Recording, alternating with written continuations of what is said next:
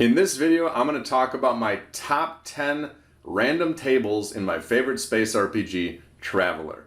Now, the book that I have in print is the Mongoose First Edition, so that's the book I'm using for this top 10 list. However, Mongoose Second Edition has most of these tables in it, and so for those of you playing the most recent version of Traveller, this list will be relevant to you. If you want to check out Traveller, I have links in the description below. But here we are, the top 10, my top 10 favorite random tables in the space RPG, Traveller. Number 10 is any career table. Really, career system is one of the best parts of Traveller. You build out the history of your character by playing a mini game, and included in this mini game are all sorts of random tables, including mishap tables for when something goes wrong in your character's career and forces them to leave their career, and event tables. Every single term, that's 4 years, your character spends in the given career, you'll roll an event and your character something will happen to your character, which is always very fun and exciting. I could do a whole top 10 list on my favorite tables or random entries from these tables within the career section of Traveller, so I just decided to put this at number 10, although it could deserve to be number 1. It's just too broad of a category, so that is my number 10 for my favorite random tables in Traveller are the career mishap and event tables.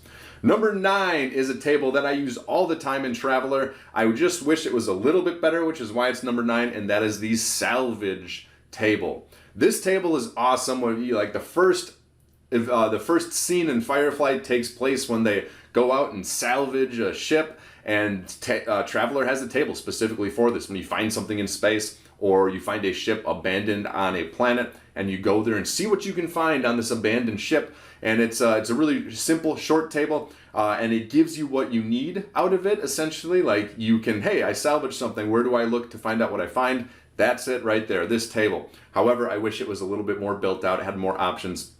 That's why it's my number 9, the salvage table.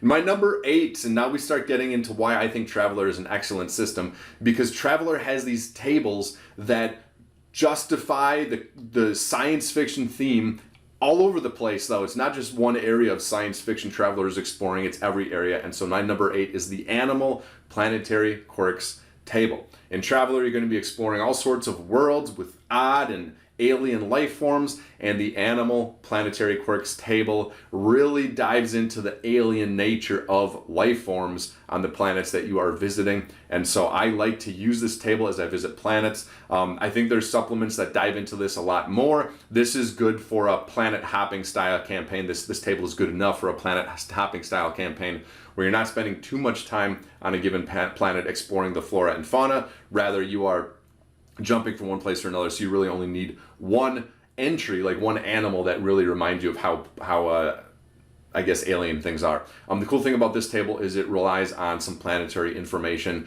to tell you what life form or how these life forms have changed on this planet. So that's my number 8. Number 7 is a table I use all the time also, and it is the Space Encounters table. In Traveller, you're going to be spending a lot of time out in space, and they have a pretty robust space encounters. The only reason this is number 7 and not higher is because a lot of these entries, I think, require some heavy lifting from the game master, or if you're playing solo, from yourself, whether you're going to generate these ideas yourself or using an oracle.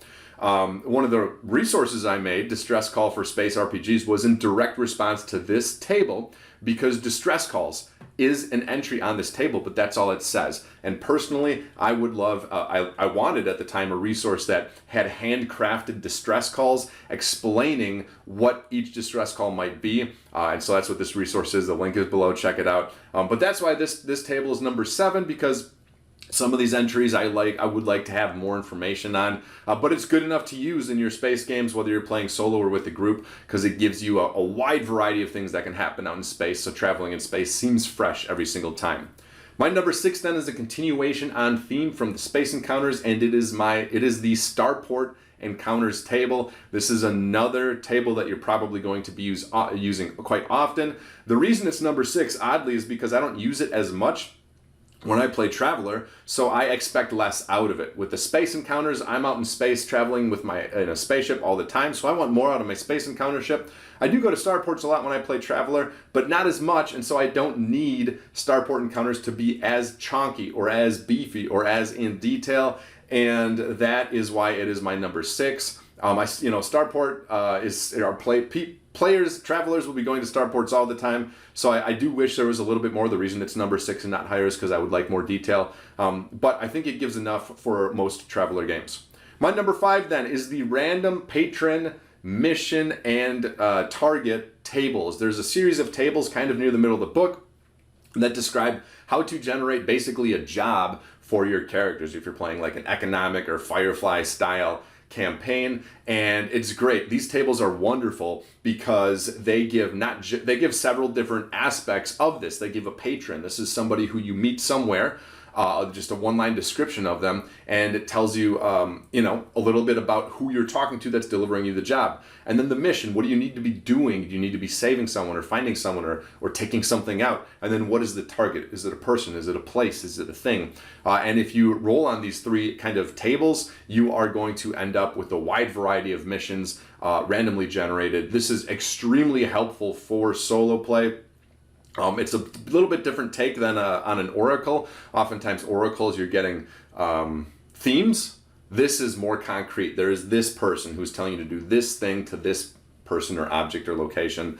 And I like it a lot. This is my bread and butter when I play solo, and that is why it's number 5. That really shows, by the way, how good this book is, how good this Traveler book is for random tables, which is why I'm doing this top 10 list, because there's so many good ones. So leading up to my number 4, my number 4 is the random passenger random table. I think this is a really, really cool random table. I think once again it shows that the designers of Traveler are really trying to offer anything and everything, any type of space game that you want to run, you can have. You see this all the time in pretty much most space media.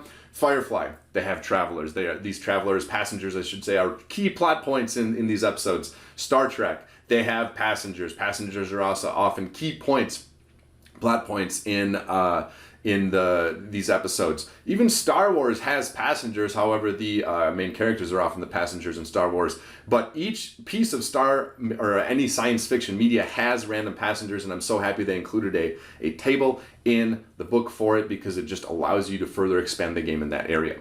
Number 3 is this got really hard. My number 3, number 2, and number 1 got really, really challenging for me to pick.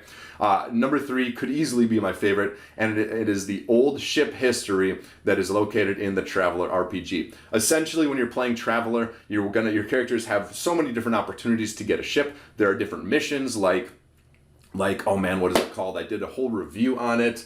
I literally had to look it up. That's how bad of I couldn't think of it. High and Dry, the adventure High and Dry. I did a review for it. You can find ships and earn ships in adventures in Traveler. You can earn ship shares, which are parts of a ship from character creation, or you can just buy a ship but go into debt.